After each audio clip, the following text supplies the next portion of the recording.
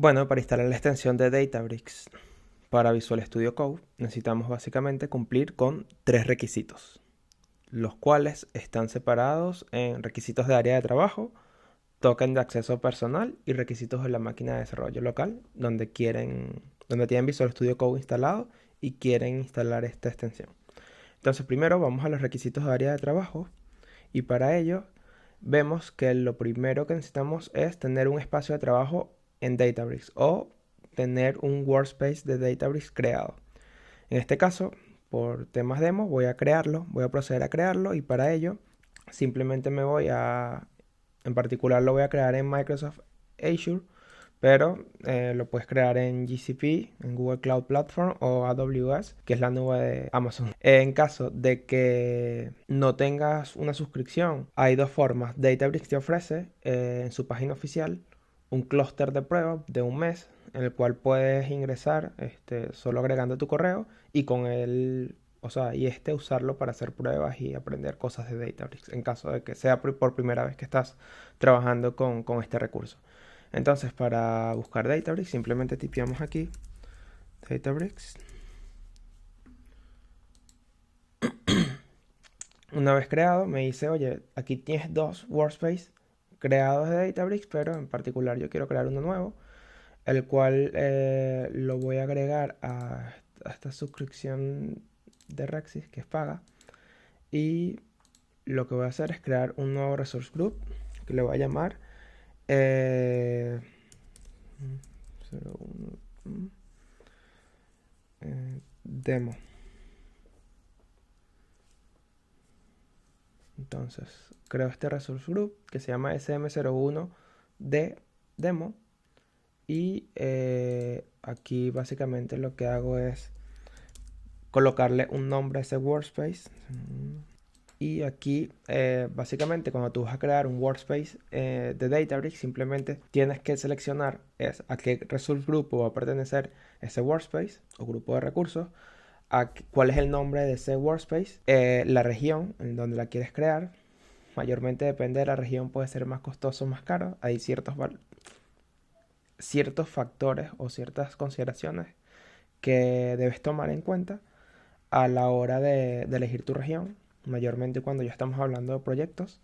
Pero bueno, por ahora por temas de prueba y demás, elegiré West Europe, que nos queda ahí mismo. West Europe. Y aquí tienes los tres tipos de, de precio. En nuestro caso, vamos a agarrar el Premium, que es el que te da el acceso a todo el workspace completo. El estándar creo que para lo que vamos a hacer también serviría, pero bueno, así les muestro el Premium. En Networking, esto los vamos a dejar como no, por ahora no nos interesa configurarlo. Esto es muy importante cuando estás desplegando proyectos y, y quieres tener como una red securizada, entonces tienes que meterte en todo el tema de redes. Para el manejo de disco y servicio lo dejamos así y simplemente en el tag colocamos dev. Aquí las tags, demo.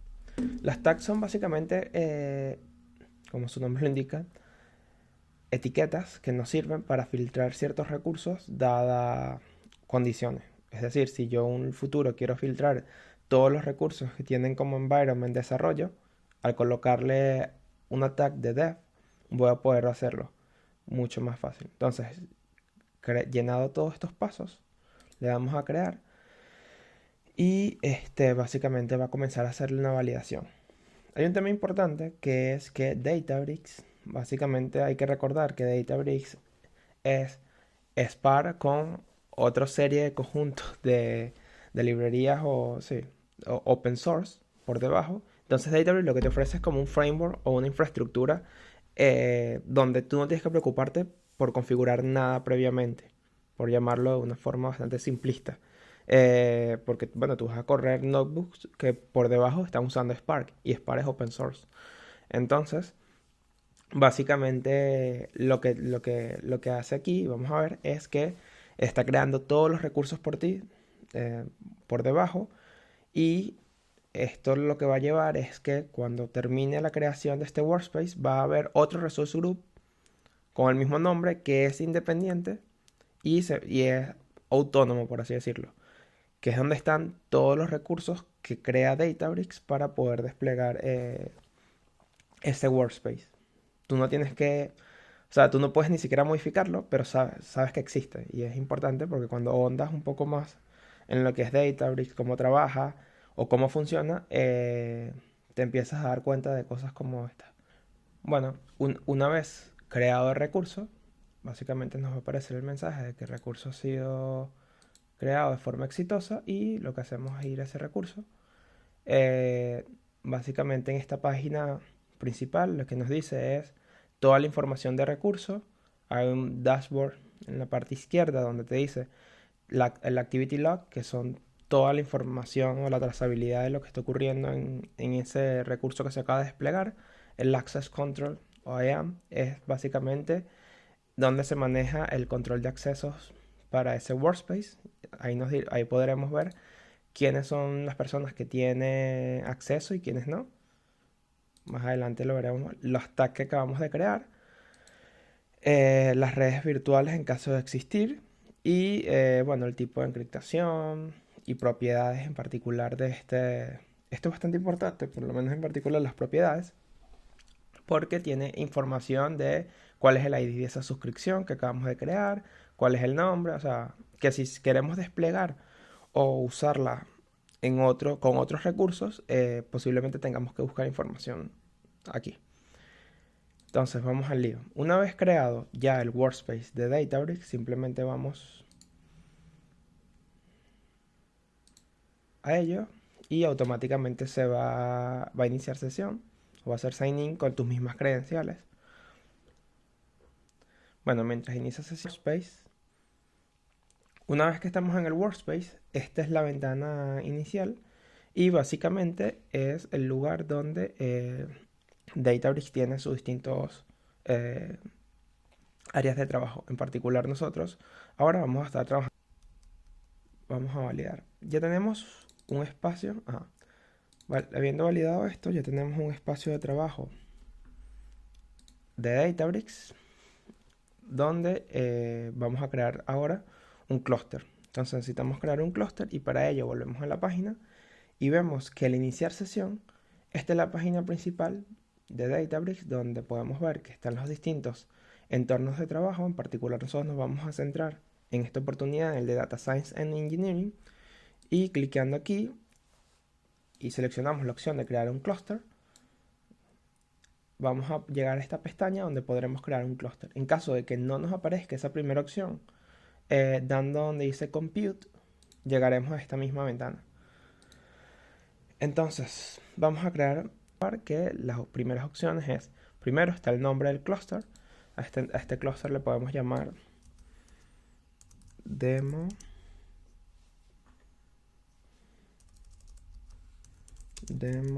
Chan Inside Azure Cluster.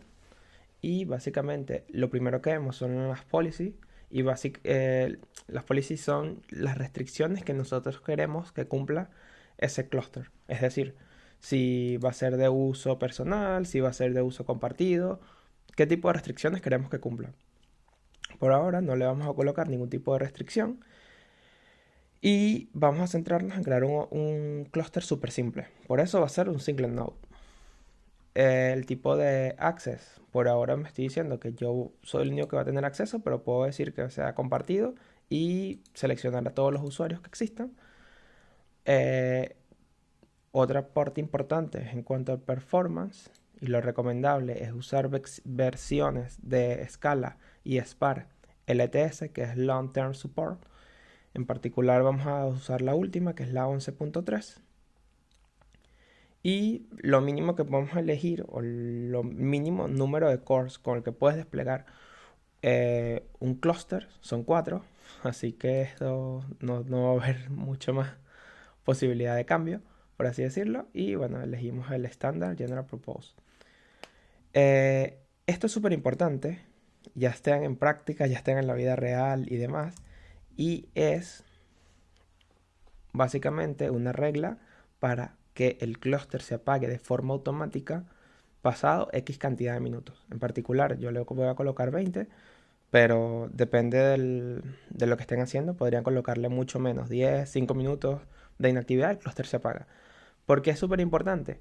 Bueno, porque básicamente el coste de Databricks es proporcional a el tiempo de cómputo que esté ejecutando. Y bueno, hay otros factores, pero el cómputo es muy importante. Y mientras más tiempo tengas las máquinas encendidas, más costoso va a ser tu facturación a final de mes. Entonces es un tema que hay que estar muy pendiente y más cuando se trabaja con datos en streaming. Si estás leyendo datos en streaming y se te olvidó apagar el streaming o hacer las medidas requeridas en una prueba, la factura va a hacer que te dé un infarto a final de mes. Entonces aquí en Environment le colocamos Dev por mantener un poco la consistencia y en Objetivos le colocamos Demo. Entonces, una vez que están llenado esto, hay otras opciones avanzadas que van más relacionadas a variables de entorno que se pasarán. En un futuro nos meteremos un poco más de lleno a esto porque hay mucha chicha. Login es donde tú quieres que se guarde todos los login de información. Esto se conecta mayormente a otros recursos de Azure y te permite tener métricas en near real time sobre tus recursos. Y es muy importante mayormente cuando estás en proyectos en entornos productivos. Y el init script es si tú necesitas que se ejecute en este clúster algún script en particular al iniciar. Por ahora no, entonces bueno, le damos crear clúster y básicamente esto va a proceder a crearnos el clúster. Bueno, una vez que volvemos a la página vemos que el clúster ha sido creado exitosamente y si le vemos aquí, bueno, el clúster ha sido creado y actualmente está encendido. Ahora, una vez creado y simplemente agregamos un repositorio. En particular, yo voy a usar un repositorio de Azure DevOps. Vamos a buscarlo aquí primero. Entonces aquí busco el repositorio con el cual quiero trabajar.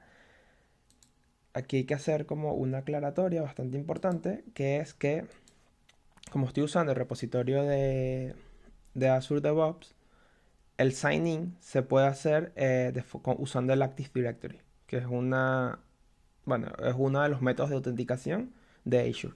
Por ende, no voy a necesitar agregar credenciales. Pero en caso de que ustedes estén usando otro, posiblemente necesitan el password y el username. Entonces, sin problema, aquí me debería agregar este repositorio.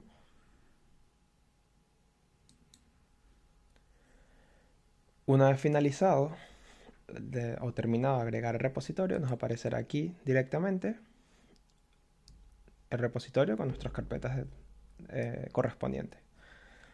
Listo esto, habremos cumplido con los pasos iniciales.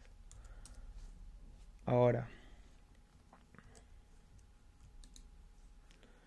nos faltaría el segundo paso es crear un Access Token y para ello iríamos directamente a la parte de usuario, User Settings, Access Token y generamos un nuevo Access Token. Esto le vamos a colocar 2 y le colocamos demo champ. Básicamente aquí le estoy colocando un comentario representativo. El objetivo es que si vas a usar este token para conectar a Visual Studio Code, le coloques Visual Studio Code. O si es para usar con el repositorio de GitHub, que es otra forma de autenticarse a GitHub. O sea, comentarios que identifiquen para qué va a ser usado ese token. Y el lifetime, yo le coloco 2 porque es un demo, pero generalmente, o lo normal máximo deberían ser 90 días. Cada 90 días se deberían rotar las credenciales. Copiamos esto porque una vez que se genere o le damos done, no vamos a poder verlo nuevamente y ya tendremos. Bueno, Una vez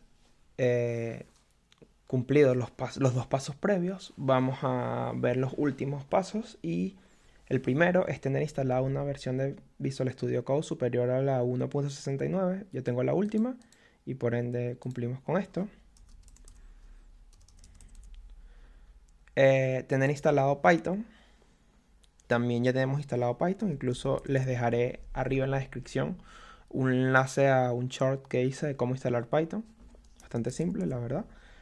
Y tener instalado tanto el CLI, que es lo que les muestro a continuación, y también les dejaré el video arriba, donde explico cómo instalar el client de Azure y por qué es importante, y cómo instalar el client de Databricks, que son dos clients diferentes, pero necesarios para proceder a la instalación de la extensión. Por último, nos quedaría simplemente instalar la extensión de Databricks para Visual Studio Code. Para instalar la extensión de Databricks en Visual Studio Code es bastante simple. Solo tenemos que ir a la parte de extensión y colocar Databricks, básicamente. Y esto nos va a desplegar todas las extensiones disponibles de Databricks. La que nos interesa es esta, la primera. Y básicamente le damos instalar. Es bastante simple, la verdad. Y bueno, ahí se está instalando. Vemos que es bastante nueva. Antiguamente yo usaba esta de aquí abajo, antes de que sacaran esta versión. Y bueno, lo usaba porque antes Databricks no tenía, no estaba vinculada con los repositorios. Y era una forma más simple de, usando esta versión de Workspace, descargar los archivos y subirlos a repo directamente. Entonces te facilitaba mucho la vida. Una vez instalada, vamos a ella, nos aparece aquí y nos dice Open Folder. Para ello vamos a abrir esta carpeta perfectamente y listo. Bueno, una vez instalado nos dice que configuramos Databricks, y al seleccionar configurar Databricks vemos que aparecen dos profiles, uno que es el de default y otro que es el demo test. Este demo test -dev es un profile que creé en el video que les dejo en la descripción de cómo crear profile asociándolo a tus distintos espacios de trabajo en Databricks, en un video previo. En particular, no voy a usar ninguno de esos profiles ya creados, sino que bueno, simplemente voy a agregar uno nuevo, que es el Workspace que acabo de crear, y me dice cómo me quiero autenticar. Entonces, oye, me quiero autenticar creando un nuevo profile o usando Azure CLI. Entonces yo le voy a decir que me quiero autenticar usando Azure CLI. Una vez que aquí arriba, que le doy Azure CLI, él automáticamente se va a conectar con mi cliente de Azure y va a traerme toda la información de los... Bueno, una vez que tenemos ya nuestro espacio en nuestra máquina local configurado con una carpeta donde básicamente alojaremos el código que agregaremos a nuestro futuro repositorio o al repositorio existente, aquí hay que aclarar que hay dos formas de trabajo. Una es que creamos un repositorio desde cero y otra que trabajamos con un repositorio ya existente. La diferencia aquí va a radicar es que cuando vayamos a nuestro espacio de trabajo en Databricks, básicamente vamos a la página web y el repositorio en cuestión, vamos a arrimar esto. Si vamos a repos, bueno, repo de acá, vemos que los nombres en cuestión van a cambiar o se van a distinguir porque el repositorio que estoy creando en mi IDE tiene un punto IDE al final del nombre. Y bueno, el branch dice IDE. Esto es súper importante porque nos ayuda a distinguir un poco sobre en qué repositorio estoy trabajando. Una vez que tenemos esto, vamos otra vez a Databricks. Aquí podemos sincronizar todo lo que es nuestro repositorio. Hecho esto y creado nuestra carpeta, vamos a crear un nuevo repositorio para que vean la diferencia. Y a este le vamos a llamar tutorials. Darle enter. Databricks va a comenzar a crear un repositorio en esta dirección y al sincronizarlo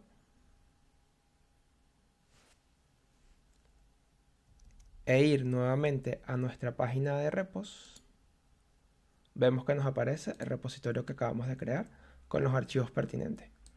Este archivo lo acabamos de crear y bueno, lo que vamos a hacer aquí es ir a ese archivo y ver las ventajas que nos ofrece realmente instalar la extensión. Una vez que ya tenemos este código instalado, básicamente lo que tenemos que hacer es ejecutarlo, y para ejecutarlo le damos ejecutar archivos en Databricks, siendo consciente de que a la hora de decirle que se ejecute, el clúster está encendido. De no estar encendido el clúster, te va a pedir que este sea encendido y que lo ataches o que lo vincules al clúster pertinente, al que quieres hacer la ejecución. Entonces, en particular, aquí se está haciendo la ejecución en el clúster que creamos previamente. Pero bueno, si tienes otro clúster, puedes reusarlo para este objetivo.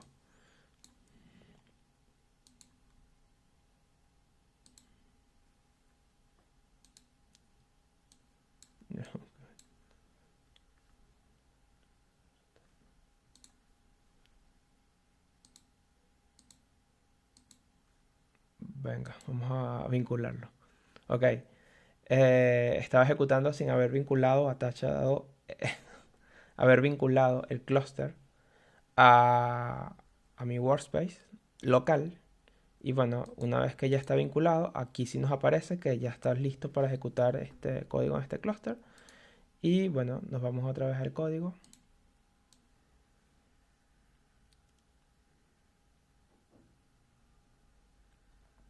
Bueno, habiendo modificado esto, lo que podemos hacer ahora es, bueno, validar que podemos hacer los cambios o desarrollo tradicional que llevamos a cabo normalmente en la interfaz web de Databricks en la interfaz. Entonces, para esto vamos a agregar una nueva columna. Bueno, hay que importar el lead. Vamos a agregarlo en el import. Y bueno, con esto, en teoría, básicamente lo que estoy haciendo es agregar una columna que se llama m y vamos a colocarle el nombre en mayúscula por mantener consistencia.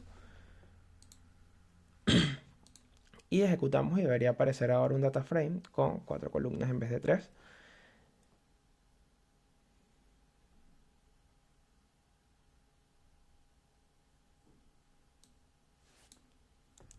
Vale. No harás.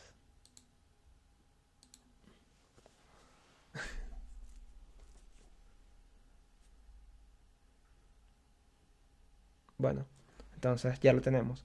Bueno, este es un ejemplo bastante simple, la verdad, pero lo que se puede hacer es inmedible. Incluso aquí podrías crear secciones y ejecutar las transformaciones o probar todo lo que necesites.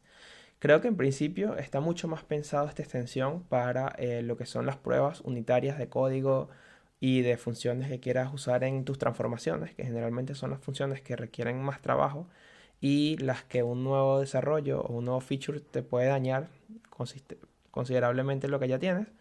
Pero bueno, es un primer approach bastante interesante y considero que en un futuro es muy probable que el desarrollo fuerte o gran parte del desarrollo se esté llevando a cabo dentro de los IDE en vez de ir a la pestaña web o a la aplicación web, que anda bastante bien, pero bueno, creo que las personas que vienen del mundo de la programación pura y dura, por llamarlo de alguna forma, están más acostumbrados a lo que es esta interacción con IDEs y demás que a la aplicación web. Ya veremos qué tal evoluciona. Y bueno, esto ha sido todo por hoy. Espero que les haya gustado, la verdad, y que por favor se suscriban a mi canal. Dejen comentarios, escríbanme si tienen alguna duda o si les gustaría que trate de temas particulares o específicos sobre Databricks. Y bueno, nos vemos en la próxima.